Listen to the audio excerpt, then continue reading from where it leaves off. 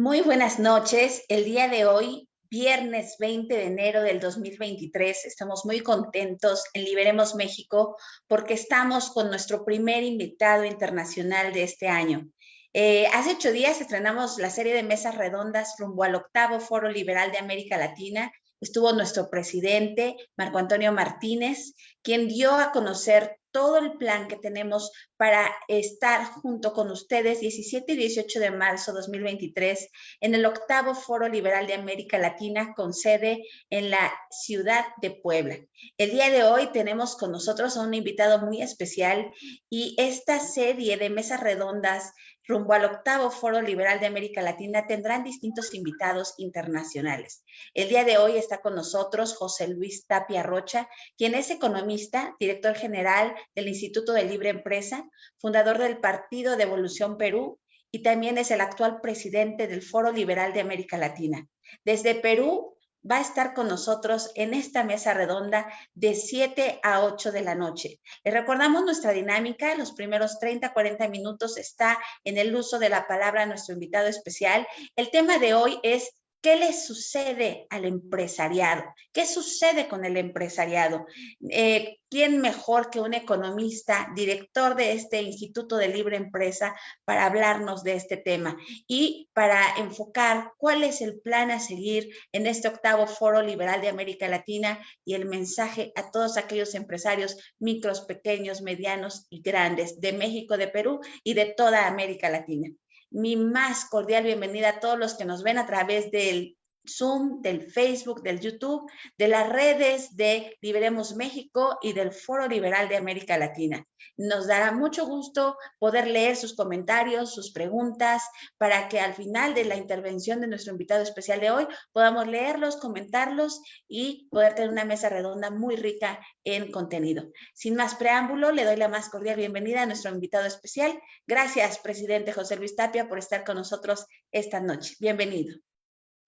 Muchas gracias, Leida. Muchas gracias, Tony, y todos los de Liberemos México por la oportunidad de poder hacer una exposición pequeña. No lo voy a hacer grande porque queremos un poco tomar impresiones de la temática. Esto es como un ensayo, ojo, no es algo definitivo, no es un estudio científico.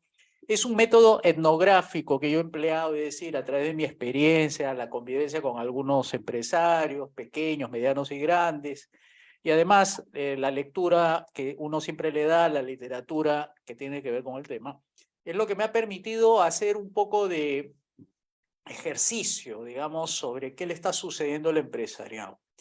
Y yo lo que nada más quiero hacer es un poco de asumir determinados presupuestos sobre el tema de hoy. Y estos presupuestos son lo que ustedes ven ahí en pantalla, ¿no?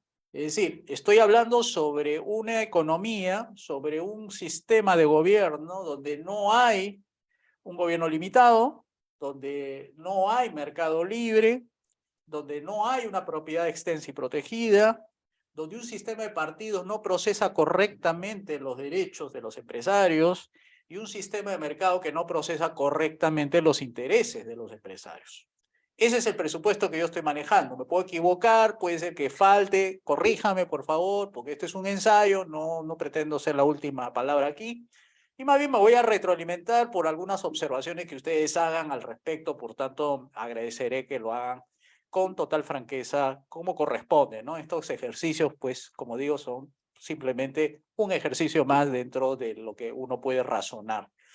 Bien, algunas lecturas que he podido hacer a través de estos tiempos es una serie de, digamos, cómo comprender a las empresas grandes que son las más influyentes en el quehacer político, y entonces uno se compra libros, ¿no? Para entender cómo ellos procesan su información a nivel de lo que se llama el management, cómo ve los asuntos políticos, desde qué órbita lo ve, con qué especialistas, es decir, toda una serie de literatura para entender cómo ellos se desenvuelven en un ambiente democrático y todo eso. Entonces ahí hay un poco de literatura que quería compartirles para que sepan desde qué punto de vista estoy hablando, y yo, claro, le pongo mi cuota de, digamos, como liberal clásico para un poco ordenar ideas, pero eso es más o menos lo que yo he podido He podido consultar, obviamente, algunos papers más recientes, ¿no? Que pudo haber sido eso lo mejor, pero bueno, a veces la falta de tiempo y hay que ser también realista, pues bueno, uno tampoco quiere perfeccionar, sino trata de entender las cosas y bueno, hace lo que uno puede, ¿no?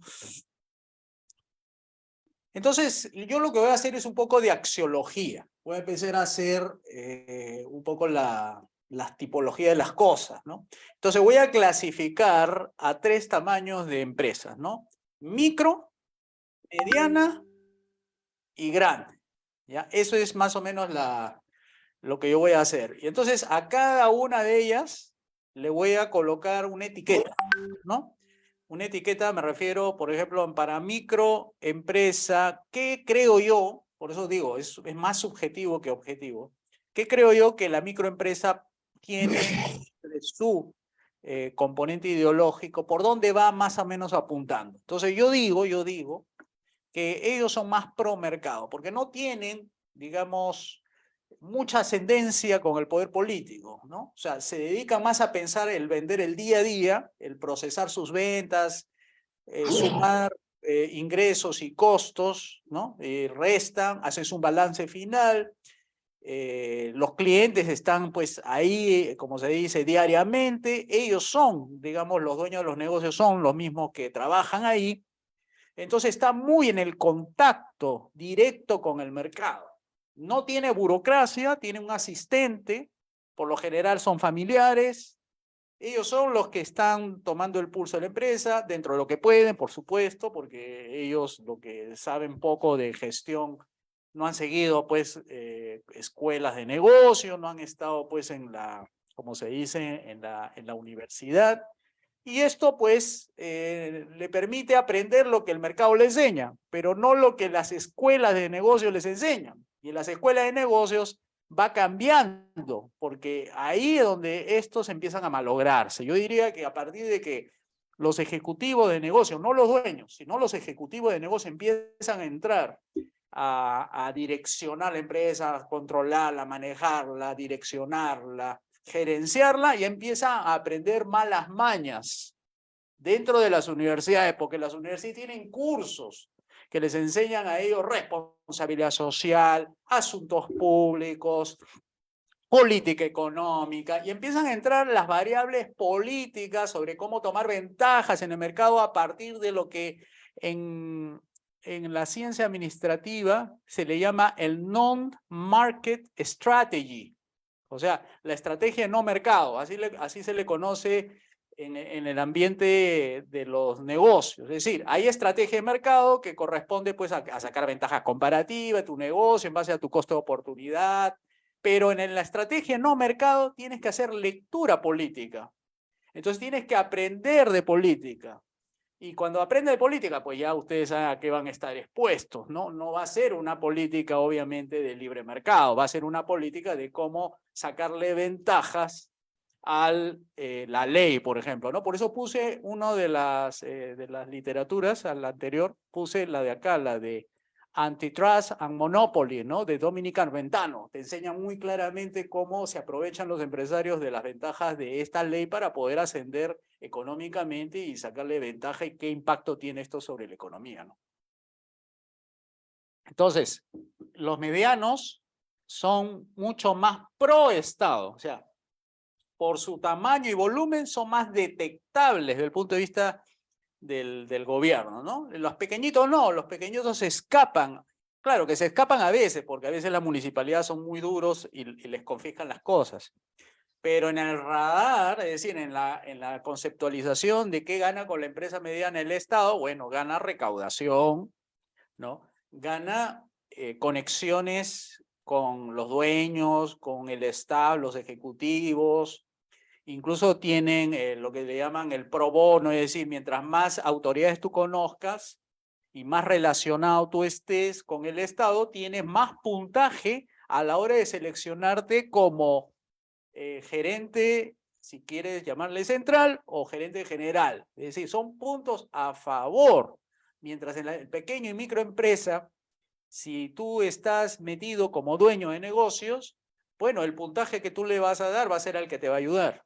pero aquí la junta directiva, es decir, los dueños de los negocios, los que son accionistas, van a establecer los puntajes necesarios a través de su departamento de recursos humanos a quienes son los gerentes, quienes tienen mejores contactos con el Estado. Ahí hay un acápite sobre eso, o sea, a los profesionales de los recursos humanos califican mejor a los gerentes que tienen conexiones con el Estado que más lo que has estudiado acerca de gerencia o a especializaciones del mercado. Eso es para que vean hasta dónde está llegando lo que se llama el Departamento de Recursos Humanos.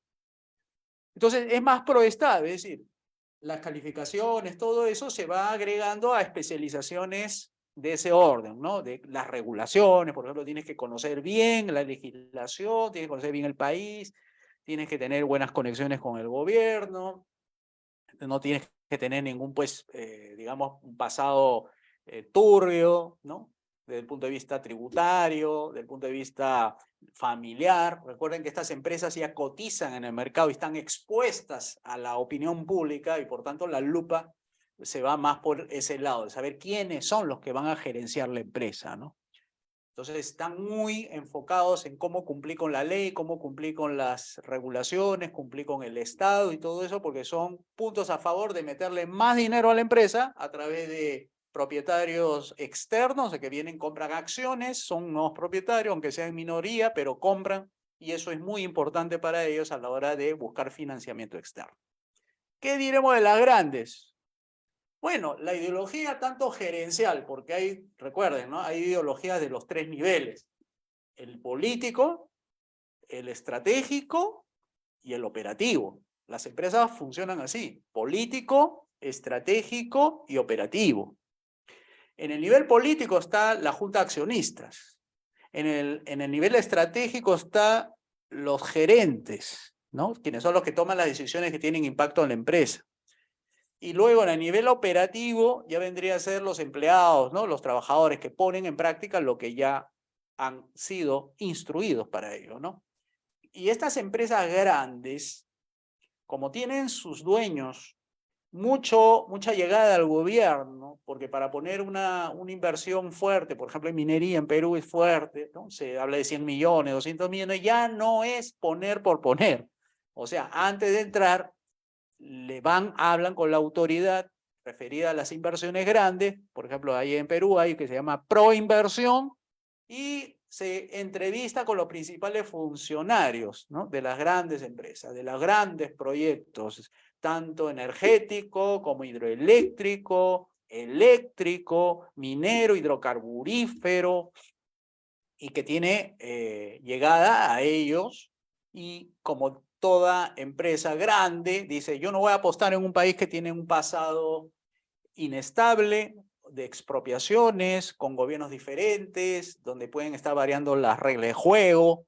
Entonces, los grandes, digamos, inversionistas, lo que van a poner gerentes generales, se van a conseguir, obviamente, gerentes con ascendencia, con directa conexión, y la agencia, por ejemplo, en este caso del gobierno Proinversión, lo pone en contacto con los principales funcionarios, y si no es el ministro, con ellos directamente para cómo implementar los proyectos empresariales guiados por principales funcionarios del Estado. Entonces, miren el tipo de ideología gerencial con que se están manejando. No son cualquier gerente.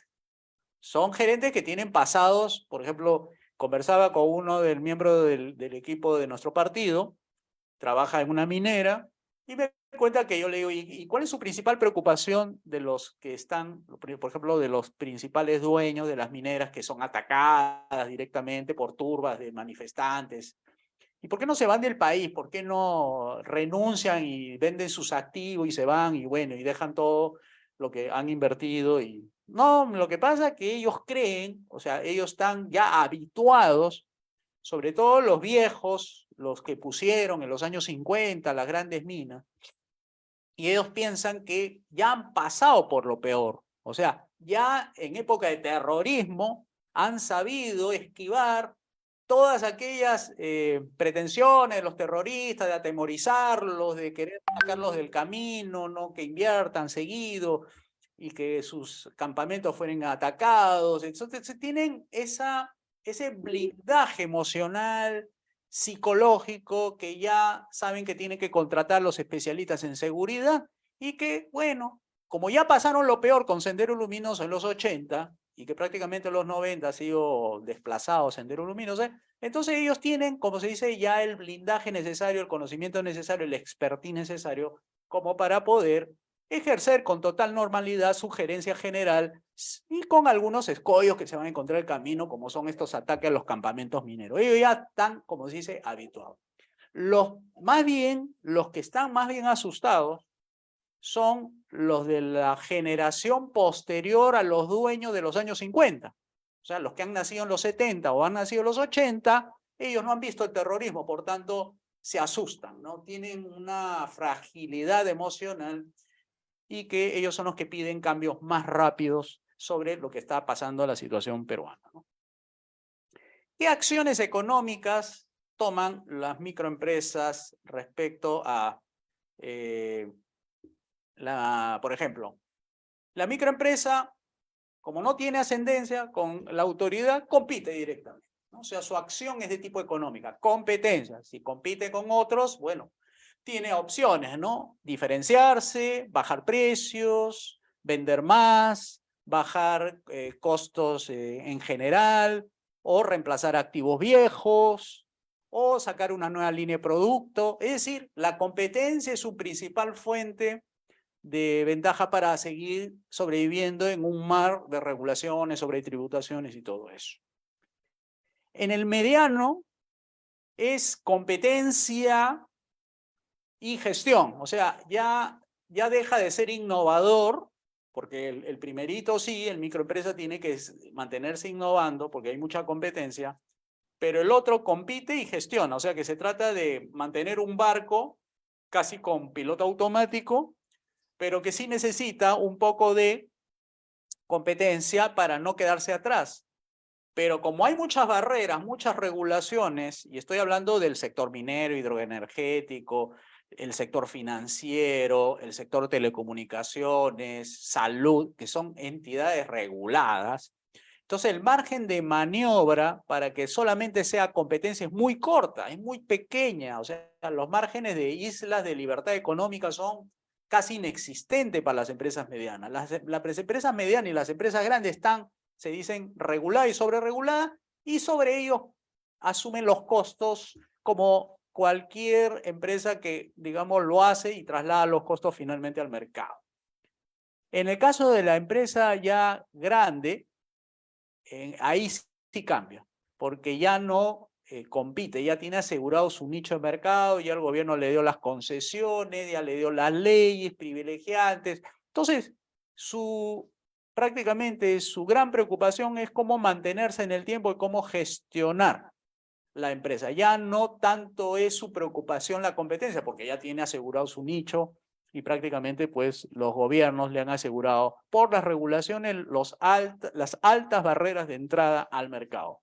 Entonces ya es un tema de orden político el que se maneje o no las variables legislativas. O sea, va a estar, o mejor dicho, a través de los gremios va a mantener ciertas relaciones con el Poder Ejecutivo y con el Poder Legislativo.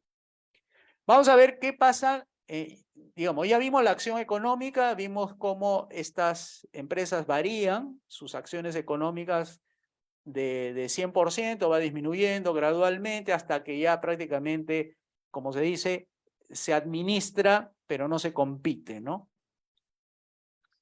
En cambio, en la microempresa, por su propio nivel de venta, sus ingresos, no tiene para pagar una cuota en los gremios. Y los gremios que existen de microempresas son más del tipo formal.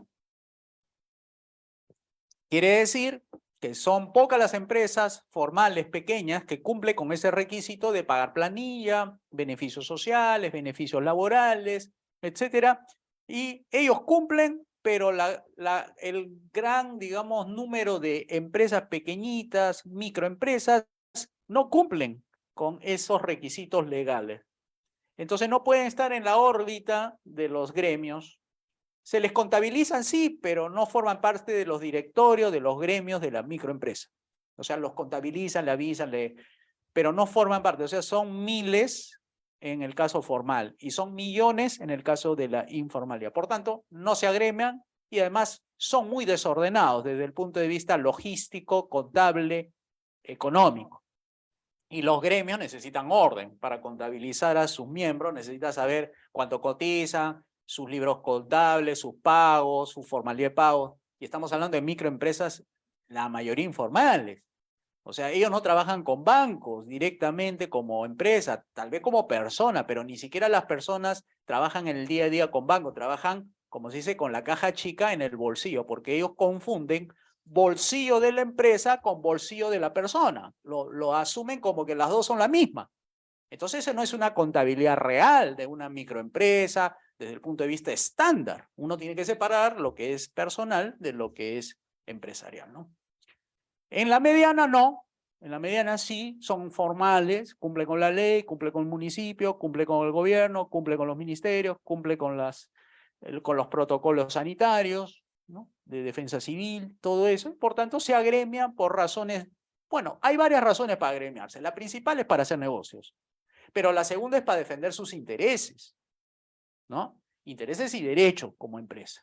Entonces ahí se agremian y les sale, digamos, rentable desde el punto de vista de no acceder a más servicios públicos a menos que sea necesario a través del canal gremial, ¿no? Ni decir de las empresas grandes. Las empresas grandes por sus propias necesidades y su propia personalización del negocio, es decir, nunca un empresario va a hablar de frente con el ministro, manda a agencias que le arreglan las agendas, tanto del ministro como de las empresas, para que puedan tener reuniones que nadie sabe en qué momento, en qué lugar y dónde, que puede ser fuera de la oficina, puede ser en una playa, en un club o algún lugar muy privado, donde se trata cosas directas con la autoridad, que eso no queda registrado, porque eso no se hace el despacho en el ministro. Esto se hace a través de estas entidades que se llaman Public Affairs Consultant, ¿no? O sea, que son consultoras. Algunos le llaman Public Affairs, asuntos públicos, otros le llaman de relaciones públicas, otros le llaman de comunicación estratégica. Pero se esconden, pero lo que están buscando son antesalas, como dice el propio lenguaje, ¿no? Buscan el lobby. El lobby ustedes saben que están legislados en muchos países, en otros no. En el Perú sí, hay legislación para eso, entonces no hay, digamos, nada ilegal en reunirse con la autoridad, pero no va los dueños directamente, van agencias, porque los gremios, recuerden que los gremios gestionan para la mayoría de los miembros de las, ¿cómo se llaman? Estas empresas, de los directorios. Pero para hacer algo muy exclusivo, entonces dicen más efectivo, me contrato pues a un Lorente y Cuenca, una empresa española dedicada al lobby, ¿no? O un Más Consulting Group, o un McKinsey, ¿no? O sea, se van buscando agencias especializadas en el contacto gubernamental para tratar sus asuntos particulares, no sectoriales como son los gremiales, ¿no? Vayamos a ver los resultados. ¿Qué cosa consigue una microempresa manteniendo su entidad como tal, ¿no? Que es promercado, compite, no hace acción política, gremial, tal vez ni le interese? ¿Cuáles son sus resultados? Bueno, le va a caer nuevas regulaciones, por tanto se va a hacer más informal. No va a tener cómo defenderse frente a la regulación, no tiene voz ni voto, no está representada adecuadamente, como hemos puesto en los supuestos, ¿no? No hay partidos que representen a estos intereses. No hay conexión, el sistema político está de alguna manera dañado para que no entre digamos, en conversaciones y no se sientan representadas estas entidades económicas bastante pequeñitas de 1 o 2 trabajadores, por tanto no tiene un partido que los represente, ¿no? Sino son caudillos que pueden representar en un determinado momento. ¿Qué pasa con las empresas medianas? ¿Cuál es su resultado económico frente a una acción política gremial donde compite gestiones y donde su ideología de los principales funcionarios es pro Estado? Bueno, lo que va a encontrar es que las regulaciones le van a seguir perfeccionando. cosa que para ellos les es conveniente. Mientras más perfeccionamiento, donde se actualicen más las regulaciones, mejor para ellos, le impone barreras a los otros, ¿no? Entonces, prácticamente se puede decir que es negocio estar agremiado, porque los que saben más de qué es las reglas de juego son los que están metidos en el negocio. Por tanto, hay la comprobación de la teoría de la captura del regulador, que quiere decir que los exfuncionarios de las empresas medianas o grandes forman parte del staff regulador de las empresas reguladoras.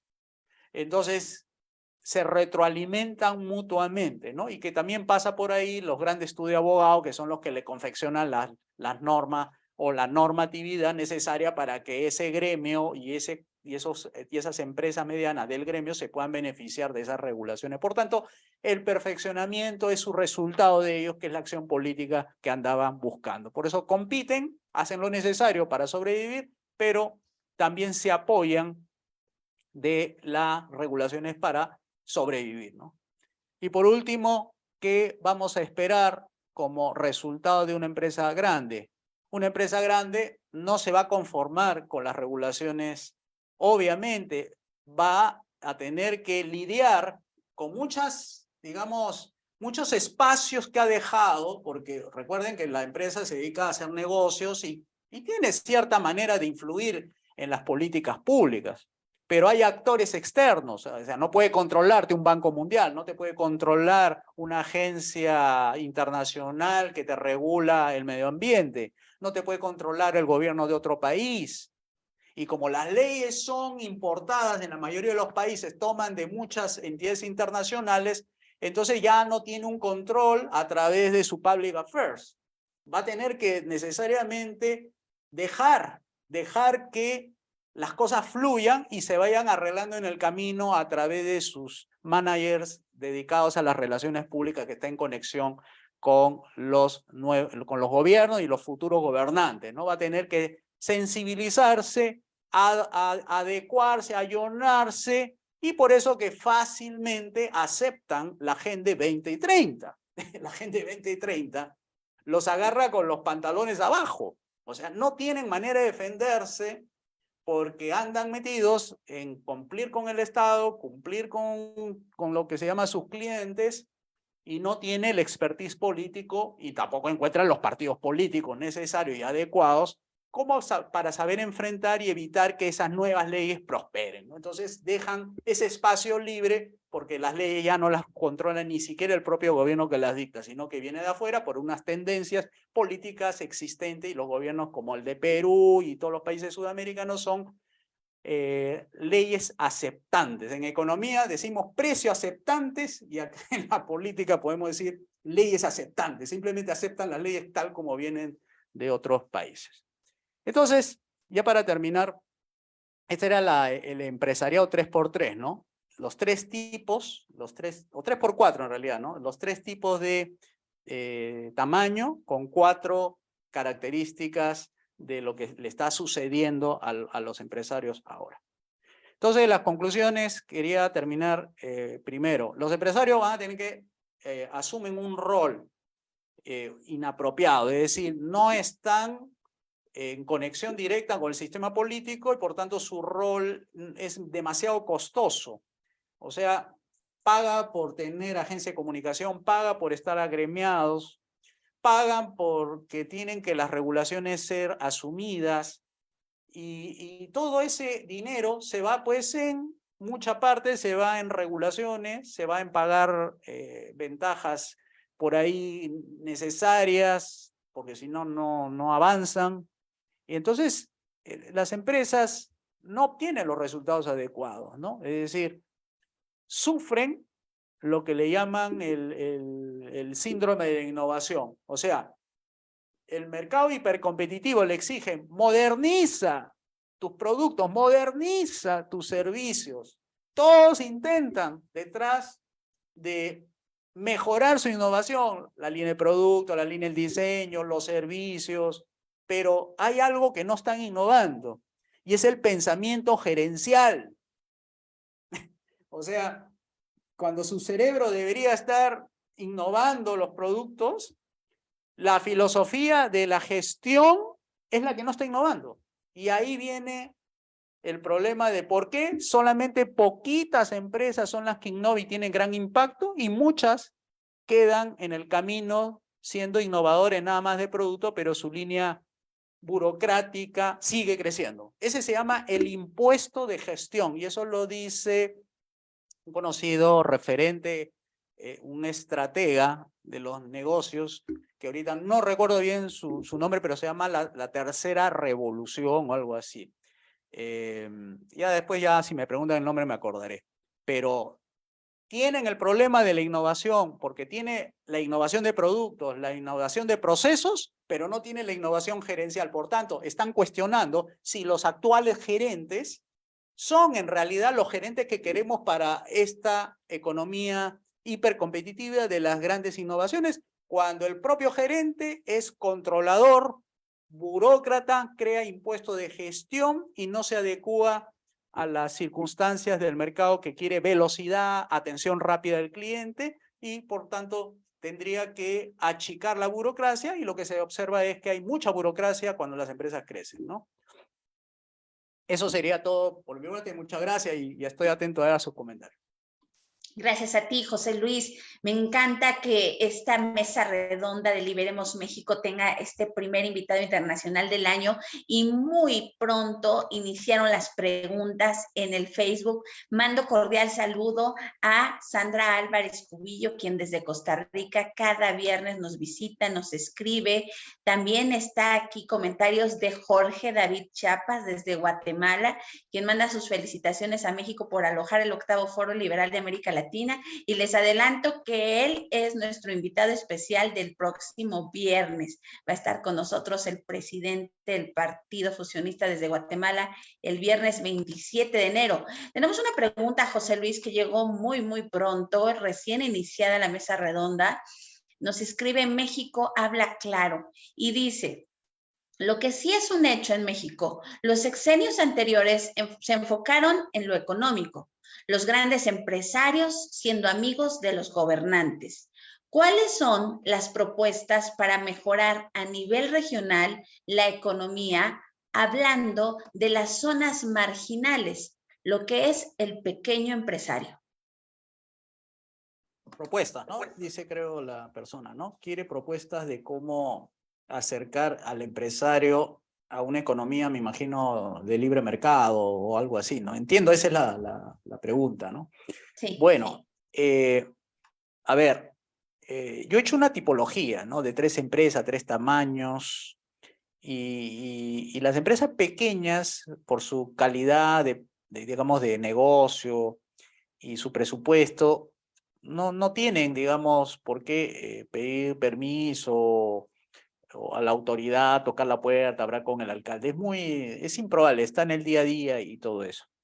Lo que sí creo que se necesitaría más bien son para las medianas y grandes. ¿Cómo hacemos para que las medianas y grandes no procesen inadecuadamente la política como prebendaria, ¿no? Porque acá el tema es cómo evitamos que las medianas y grandes estén financiando a los partidos políticos porque quiere una reciprocidad en la inversión, ¿no? Para que su negocio, digamos, prospere, crezca, etcétera, sabiendo que esa es, digamos, la única forma.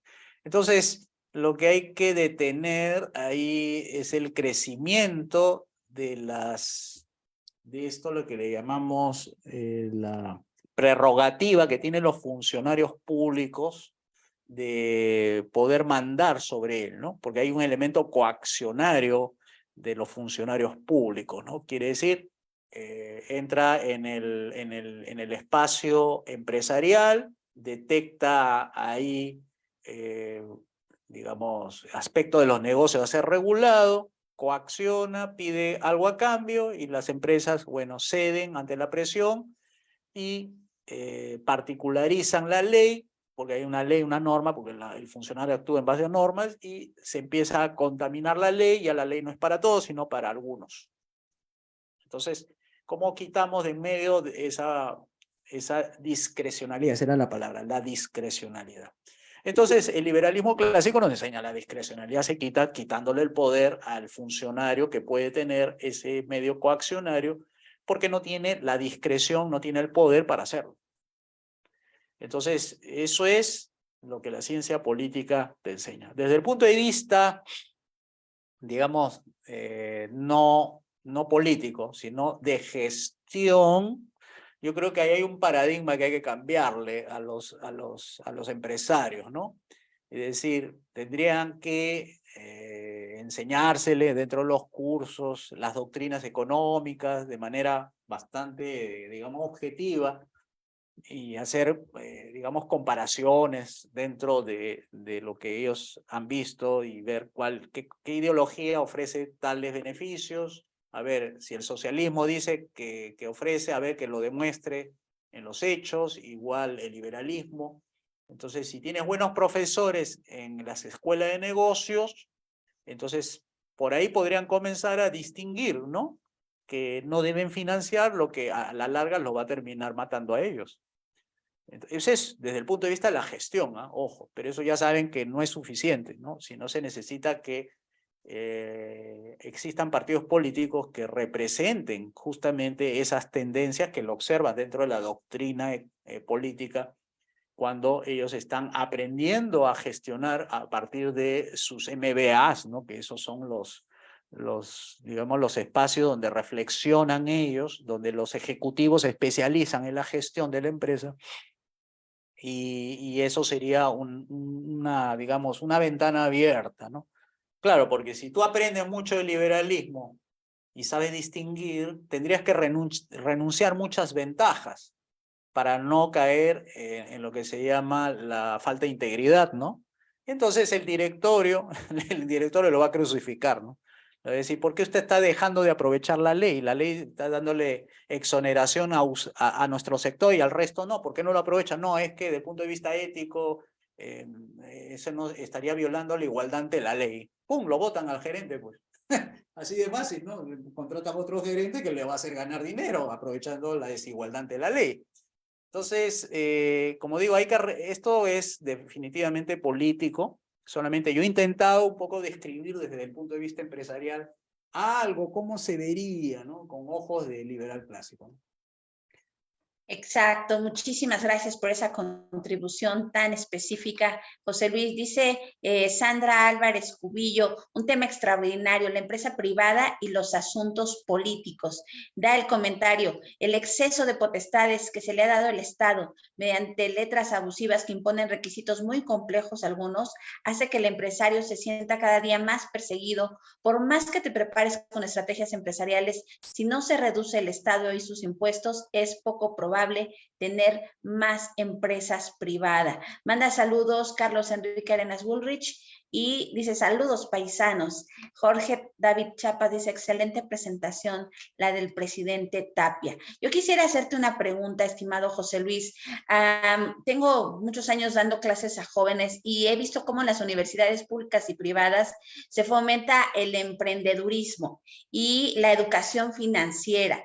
Y he hablado de este tema con nuestro profesor Alberto Mansuetti y nos menciona que tristemente se les hacen muchas ilusiones a los jóvenes en el nivel medio superior, de que con su inteligencia y su inteligencia financiera, su educación financiera, van a poder emprender y crear empresas. Y este lienzo Canvas que se les enseña con varios segmentos de propuesta de valor, actividades clave, recursos clave, asociaciones clave, estructura de costos, relaciones con clientes, sus canales, sus fuentes de ingresos, sus segmentos de clientes, en ningún lado menciona todas las trabas, regulaciones, la licencia de funcionamiento, protección civil, es decir, ahí en la estructura de costes a lo mejor ya dan por sentado todo lo que tienen que lograr pagar para poder salir a vender un producto o un servicio, pero pues tristemente cuando llega el momento de cerrar, de quebrar, porque nomás no llegaron a las utilidades, muchas veces no se pueden analizar todo lo que ahoga un buen proyecto, por más inteligencia y educación financiera que tengan nuestros jóvenes, si el Estado sigue queriendo abarcarlo todo, controlarlo todo, regularlo todo, difícilmente van a tener el éxito que quisiéramos. ¿Qué mensaje les darías a estos jóvenes que están preparándose, a lo mejor una licenciatura en administración de empresas, o a lo mejor en algún otro tipo de estudios, o a lo mejor no tienen acceso a la universidad, están haciendo un comercio y se enfrentan con esta realidad de golpe? A mí se me ha ocurrido esto, como digo, no lo he podido comprobar a ciencia cierta si es efectivo o no. Hay un antecedente, en Guatemala había la Cámara de la Libre Empresa, así se llamaba, que lo fundó, si no me equivoco, Manuel Ayau, de ahí se lo pasó a otra persona y después desapareció. ¿Qué pasó con la Cámara de Libre Empresa? Le preguntaba a los últimos, digamos, gestores. Me dice, lo que pasa es que ahí se defendía principios y las cámaras empresariales defienden intereses. Y eso es colisión con su negocio, ¿no? Porque si defendemos principios en un mercantilismo, ¿qué haría frente a la desigualdad de la ley? No aprovecharían las exoneraciones, por un ejemplo dado. Entonces, no sé si se puede hacer, habría que revisar qué ventajas, habría que ver qué tan efectivo, si es que una cámara de comercio defensora de principios podría prosperar en medio de este mercantilismo, como haciendo algo así como, haciendo la diferencia, como decíamos una vez con Alberto, a ver, naveguemos por el océano azul, no el océano rojo, donde todos están ahí, los gremios sacándose del ancho por quién le arrebata más al gobierno, leyes, etc. Un océano azul donde se muestren las diferencias de actuación, con resultados, obviamente, ¿no? Porque las empresas apuestan por resultados. Así están diseñadas. Si no mides, no controlas, y si no controlas, no puedes gestionar.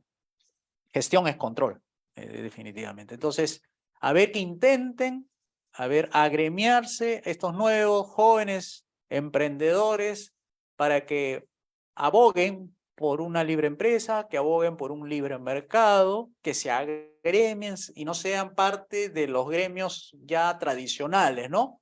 Que defienden el status quo, defienden las leyes mercantilistas y que traten de marcar una diferencia. A ver, que formen una cámara, que formen un gremio de empresas, startups, ¿no? Podría ser una, startups, podría ser una microempresa y tal vez hasta pequeña empresa. Y ahí habría millones. Y claro, es todo un tema ahí porque como son millones, la logística para administrar una cámara millones requiere pues de una experiencia gerencial de millones, como si fuera una gran empresa. Las grandes empresas gestionan millones de clientes, por eso son grandes empresas.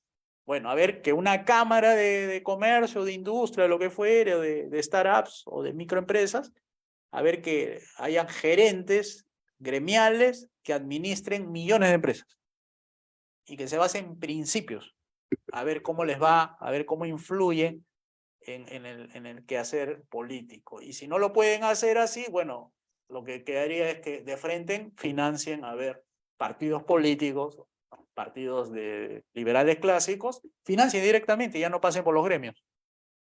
Pero claro, esos partidos pues no van a estar, como se dice, adecuadamente a los intereses completos de la empresa, ¿no? O sea, sectorizando propiamente dicho, ¿no? Porque la empresa lo que quiere son mercados amplios, libertades para poder nadar y competir. Eso es lo que le podría dar un partido político. Pero ya entrando a cuestiones muy precisas, sectoriales, delimitadas y acotadas, entonces ya pierde sentido su relación con el partido político, ¿no? Por eso, si es que están buscando sectorialmente agruparse, tendría que ser una cámara de tipo de principios, una cámara defensora de principios. A ver, cuál sería su beneficio de estas empresas apostando por una cámara de principios. A ver, ¿cómo le irían? Eso estoy ahí dándole vueltas, pero no le encuentro todavía cuál sería su resultado final, ¿no? Muy interesante para seguirle dando vueltas y estar analizando esas posibilidades de esto y mucho más vamos a estar hablando en el 8º Foro Liberal de América Latina. Va a estar en vivo y en directo y a todo color aquí en Puebla, México, José Luis Tapia, el presidente del Foro Liberal de América Latina desde el 2021, miembro fundador del Partido de Evolución ahí en Perú y director general del Instituto de Libre Empresa, que está por abrir un curso muy interesante que tiene que ver con argumentación. ¿Nos puedes decir un poco de este curso, José Luis? Muchas gracias. Sí, bueno, es algo así como municiones, ¿no? Municiones como balas, como torpedos, bueno, depende cómo lo vea uno. En lugar de estar siguiendo un curso formal desde A, B, C, D, F, G, A, ¿no? O sea, empezando de lo básico, o sea, en lugar de tomarte pues varios meses para comprender la economía, tomas temas que pueden ser recurrentes en la batalla política para hacer avanzar la libertad, ¿no? O el proyecto político donde estés, ¿no? Entonces, se me ocurre ¿no? Un argumento. Por ejemplo, muchos años la economía se decía que podía asignar recursos, ¿no? O sea, un economista estudiaba su carrera y ya estaba como dice, en la capacidad de decidir por el resto de cómo asignar recursos en la sociedad. Entonces los gobiernos los contrataban, tipo los economistas polacos, así, esos que competían con Mises, etcétera, y le apostaban, ¿no? No, sí, yo sí puedo asignar recursos, ¿no? Yo puedo asignar la producción, el consumo, la inversión, la exportación y todo eso. Entonces, esa economía de la asignación concentrada desde el gobierno, porque contrataban economistas para eso, le daba pues todas las herramientas al gobierno para intervenir, planificar, ¿no? Ahí está Oscar Lange y toda esta gente conocida. En el año 89 se cuestiona, digamos, este modelo con la desaparición de una serie de referentes ahí, cuando cae la Unión Soviética en 1991, entonces dicen, ¿por qué asignación si ya el modelo de la asignación ha echado aguas por todos lados? Según mí se dice porque no se puede hacer cálculo de precios, según Hayek porque la información no se puede concentrar, menos la del mañana. Entonces, cuando yo digo argumentación, dices, ok, ¿qué es lo que se puede argumentar ahí? Bueno, la economía no es asignación, es un estudio, o sea, te tienes que conformar con ver, observar, por tanto no tienes herramientas intelectuales, racionales por lo menos, para poder asignar. Lo único que puedes hacer es estudiar, observar, eres como decir como un observador de pájaros, que simplemente ves cómo las cosas se comportan, pero no tienes herramientas para hacer gestión, asignación y nada de eso. Por ejemplo, ese sería un argumento, digamos así, ¿no? Esos son de tantos argumentos que hay en la economía, no es asignación, sino es estudio, ¿no? Súper interesante para todos los interesados. He visto que hay muchos cursos de finanzas para no financieros. ¿Este curso de economía es para no economistas, para gente Sí, que esa es quiera la idea, aprender? ¿no? O sea, tratar de popularizarlo, ser más efectivo, o sea, cuando tengas tus batallas políticas de frente, pues te sueltan algo, no, la economía no es asignación, es estudio. Entonces le quita las herramientas a aquellos interventores, ¿no? Adelante, profesor Alberto Mansuetti, bienvenido. Gracias, gracias. Yo voy a contestar a la pregunta que sucede con el empresariado y mi respuesta es una sola palabra. ¿Qué sucede con el empresariado? Bueno, una sola palabra, cortoplacismo. El empresariado es demasiado cortoplacista. Me gustó mucho el cuadro de José Luis de 3x4, pero esas respuestas, las acciones políticas y económicas y demás, tienen todas un denominador común. Son cortoplacistas, ¿ok? Al empresariado habría que enseñarle a pensar más a mediano y largo plazo. Esa sería mi sugerencia. ¿Okay? Que no se conforme con el cortoplacismo y que aprenda a pensar bien en el mediano y largo plazo. Porque cuando tú le preguntas a un empresario, ¿usted piensa a mediano y largo plazo su empresa? Sí, cómo no. yo tomo los números de mi empresa y hago proyecciones, ¿ok? Y muchas veces hacemos tormenta de ideas y hacemos los gerentes, ¿cómo ve usted la empresa de aquí a 5 años, 10 años, etcétera? Y hacemos proyecciones. Mi respuesta sería, Ron, está mal, porque usted está haciendo proyecciones como si el entorno no fuese a cambiar de aquí a 5 o 10 años. ¿Ok? Exacto. Usted hace proyecciones a mediano y largo plazo de las conductas, las variables de su empresa, los resultados, lo que sea, ¿ok? Pero está suponiendo que las variables del entorno no van a cambiar. Y cuidado que pueden cambiar. Y en América Latina están cambiando rápidamente y para mal. ¿Okay? Yo, como saben, damos unas pequeñas clases todos los lunes. El lunes voy a hablar de una variable que está empeorando, es el deterioro en la calidad de las instituciones. ¿Ok? Sobre todo las instituciones judiciales. El deterioro es impresionante. ¿Ok? Entonces, usted con su pensamiento cortoplacista, eso no le está entrando en su mente y debería estar entrando. ¿Ok? Hace unos cuantos lunes, ya hace unos 2 o 3 meses, yo puse 2 futuros para los países latinoamericanos. Uno era Cuba y otro era Haití. A Cuba, fíjese lo que son los plazos, corto, mediano y largo plazo. Nicaragua y Venezuela ya llegaron al punto Cuba. Y Perú y Bolivia me parece que están llegando al punto Haití. Yo hablaría de una haitización de Perú y de Bolivia, rápida. ¿Y qué entiendo por haitización de un país? 2 cosas. Inestabilidad y violencia. En Perú hay instalada inestabilidad y violencia, y en Bolivia también. Y tiene que ver con la calidad de las instituciones. Pero para poder prevenir, mejor prevenir que curar, ¿no es cierto? Sí, de acuerdo, ahí estamos todos de acuerdo.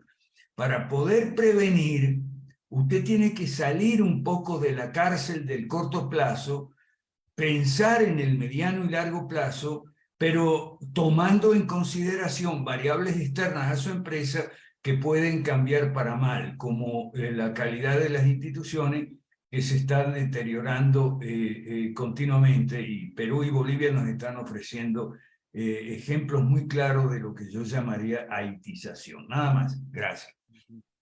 Gracias, profesor. Con respecto a su comentario, escribió Artemio Estrella desde Nuevo León.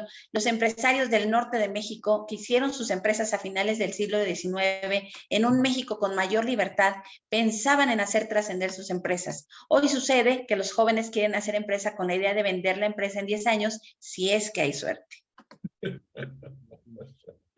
Por cierto, en relación con México, hoy acaba de sacar un video nuestro amigo Adrián Díaz Marro sobre si es verdad que México va a ser una próxima potencia mundial o cosa por el estilo, ¿ok? Y entonces él dice que no, explica en el video por qué no, pero después dice, el mes que viene me voy a México porque me están llamando. Adelante, Artemio, tienes la mano levantada. Bienvenido. Hola, buen día a todos y gracias, José Luis, por estar aquí y presentándote acá en México en preparativo para el 8º Foro Liberal de América Latina.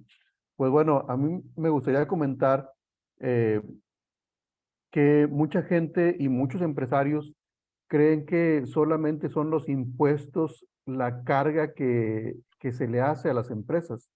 Y no solamente son los impuestos, son todo un cúmulo de leyes malas que contienen regulaciones y normas que yo digo que secuestran un gran porcentaje de las empresas, y dentro de las empresas, como ya lo explicó José Luis, los empleados son expropiados y de forma parcial trabajan para el gobierno. Yo a veces le pregunto a algunos microempresarios, les hago una pregunta bien simple.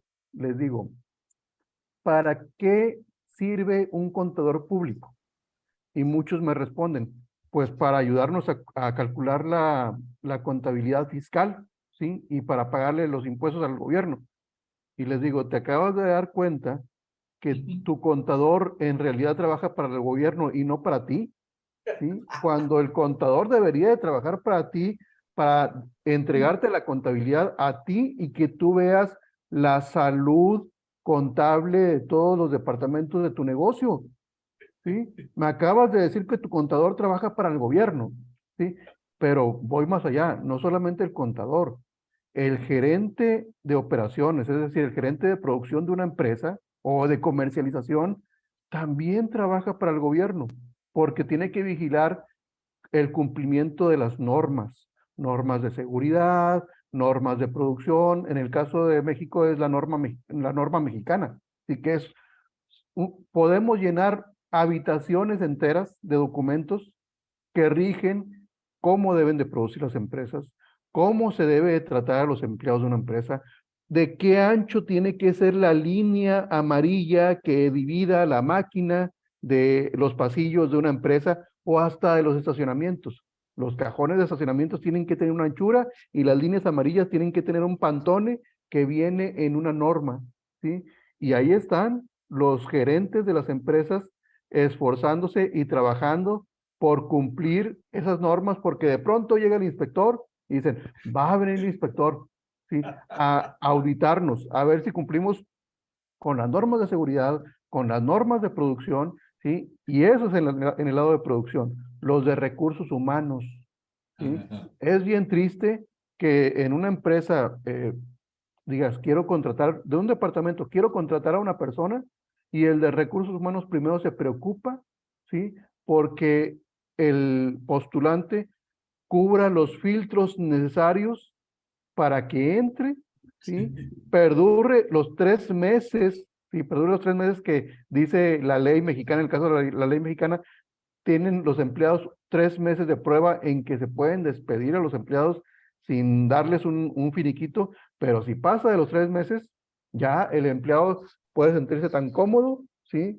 Y tirar, acá en México decimos tirar la hueva, porque ahora sí, si me corren, me tienen que pagar mi finiquito, mi liquidación. Entonces, los de recursos humanos dicen, es que tengo que ser muy escrupuloso porque no me puedo equivocar, porque si me equivoco, salimos perdiendo, ¿sí? Porque hay muchos empleados que se dedican a eso, a pasar los filtros de recursos humanos y luego después esperar la liquidación, ¿sí? Porque son ineficientes. Entonces, el departamento de recursos humanos se vuelve un departamento que trabaja para la ley laboral del gobierno.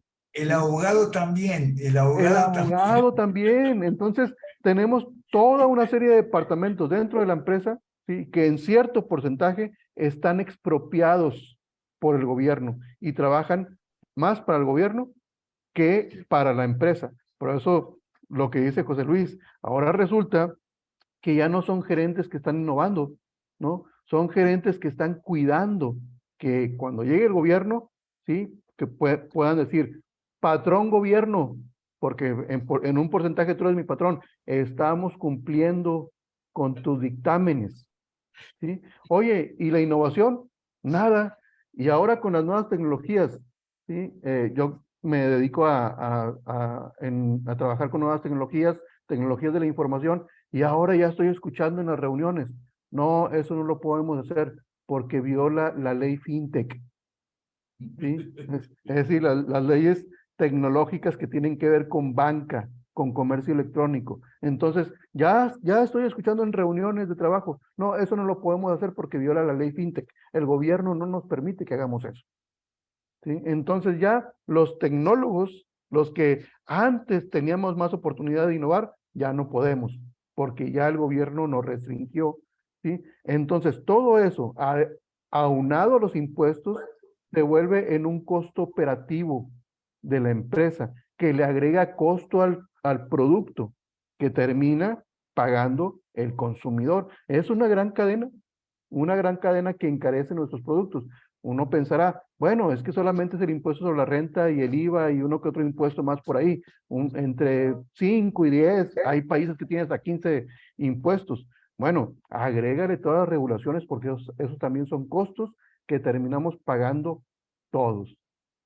Y eso también pasa con las escuelas privadas, que son también empresas. Los directores operativos, todo el personal de control escolar está trabajando para cumplir cada uno de los requisitos del registro de validez oficial, que si no se cumplen, se quita el REBOE. Tenemos manos levantadas. Adelante, Tony Martínez. Solamente digo, yo estoy encantado escuchándolos. Artemio, José Luis, profe, son unos cracks para todo esto. Encantados de escucharlo, pero el tiempo es muy reducido. Quisiera solamente que José Luis nos hiciera la invitación y así rápido, José Luis, porque mucha gente tenemos esta idea, ¿no? Pues es que allá en Perú no tienen los problemas de México o viceversa, ¿no? Entonces, ¿cuál sería la invitación al octavo foro? Porque básicamente estamos rumbo al octavo foro. Sí, claro. Muchas gracias. Miren, queridos amigos que nos ven por las redes, a todos aquellos que están conectados. El Foro Liberal es un ecosistema que coordina partidos políticos, movimientos políticos. Se preocupa mucho por promocionar los liderazgos, porque las entidades que conforman el Foro Liberal crezcan. Y asimismo queremos que el Foro Liberal sea una entidad creíble, que le ofrezca esperanza a América Latina. Nosotros estamos organizando el octavo foro y en este caso Liberemos México está organizando, tiene la responsabilidad este grupo maravilloso de llevar a cabo el octavo foro donde se va a presentar soluciones reales para problemas de siempre. En estas soluciones reales van a estar invitados amigos de, digamos, de varios países. Ya vamos a confirmar quiénes son los que finalmente. Entonces, estamos anunciando ya los temas para poder invitar a todos a que se sumen a esta gran cruzada por hacer que los gobiernos funcionen, porque los ingresos de las personas suban, porque la seguridad en las calles sea un hecho real y no sea un hecho fantasioso en las películas, que tengamos todos acceso a servicios de educación y salud de calidad y no sea pues los ejemplos en los países que están en Europa o en China, sino que sea también posible en nuestros países. Y asimismo las pensiones para todas aquellas personas que andan mirando su futuro, su vejez, también tengan los ingresos necesarios para cubrir su manutención. Entonces, todo esto se puede lograr, básicamente adoptando medidas, reformas políticas, pero tiene que ser pues en las manos adecuadas, no pueden estar en medio de personas que se presentan oportunistamente y dicen yo soy liberal clásico, yo soy la persona que lo puede salvar y a veces son básicamente caudillos. Nosotros estamos formando partidos y el Foro Liberal y básicamente su octava edición lo que busca es acercar a los ciudadanos que están preocupados por ese futuro, por el presente también, de cómo salir de esta situación crítica en que se encuentran los países. Como tú mismo lo dices, Tony, México no es el único país que tiene problemas, los problemas también lo tienen los demás países, entre ellos el Perú. Y uno no puede asegurar, a menos de que tengas gobiernos de este corte liberal clásico, de que tu país vaya siempre a vivir en un estado de paz, justicia, libertad y orden, a menos que existan gobiernos que nosotros auspiciemos, que dejemos que los partidos que estén bajo el ecosistema puedan gobernar, puedan estar en los congresos y poder legislar y derogar todas las leyes que no permiten que nuestra economía avance, la salud, la educación y todo ello, la prosperidad, y no tengamos que irnos del país. Entonces, el octavo foro ofrece justamente esa oportunidad de aprender y ejecutar, porque no todo es escuela, tenemos que hacer algo por nuestros países. Y en esa perspectiva es que Liberemos México el Partido de Evolución, el Partido Fusionista de Guatemala y Dale Colombia, son los llamados y quiere invitar, y por eso tenemos los brazos abiertos para todos aquellos movimientos, personas, líderes de los demás países, a que se unan a nosotros y hagamos un esfuerzo conjunto para detener el comunismo y el socialismo, de manera que podamos ofrecerle a nuestros compatriotas en nuestro continente una salida, un fin a la crisis. Nosotros humildemente consideramos que lo tenemos, salvo que ustedes consideren que los que están haciendo gobierno ahorita sean los mejores gobiernos, pero nosotros decimos, tenemos la receta. Solamente falta que nos crean. Y eso requiere, obviamente, que haya una predisposición de parte de ustedes a escucharnos. Y ustedes evaluarán si lo que decimos es algo cierto o no. Entonces, reiteramos e invocamos a toda la gente de bien que quiera la prosperidad, la justicia, la libertad, la seguridad, en unirse a nuestro movimiento, y el 8º foro que se va a realizar en México el 17 y 18 de marzo, los espera a cada uno, y agradecerles a todos los que han estado aquí conectados para que también difundan esta posibilidad de que este 8º foro sea un éxito, y de hecho lo va a ser porque de hecho tenemos gente buena, gente linda, que hace posible que toda esta esperanza sea cierta, sea, como se dice, creíble.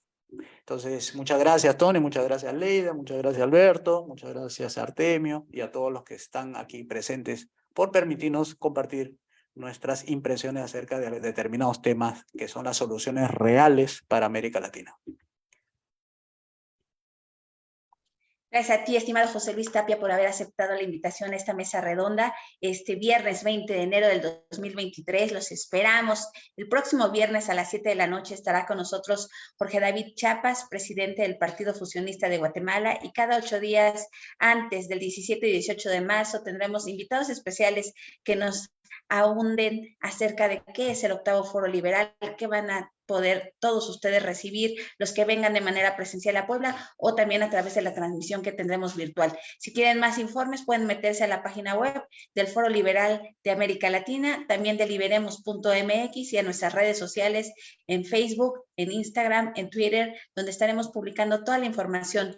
Actualmente ya está una liga de inscripción en liberemos.mx para todos aquellos que quieran estar presentes o de manera virtual 17 y 18 de marzo en Puebla. Gracias a todos los que estuvieron conectados en vivo y a los que van a ver esta transmisión en diferido. Los invitamos a que la compartan y difundamos para que más gente aproveche esta gran oportunidad. Gracias y hasta la próxima. Que tengan bonita noche.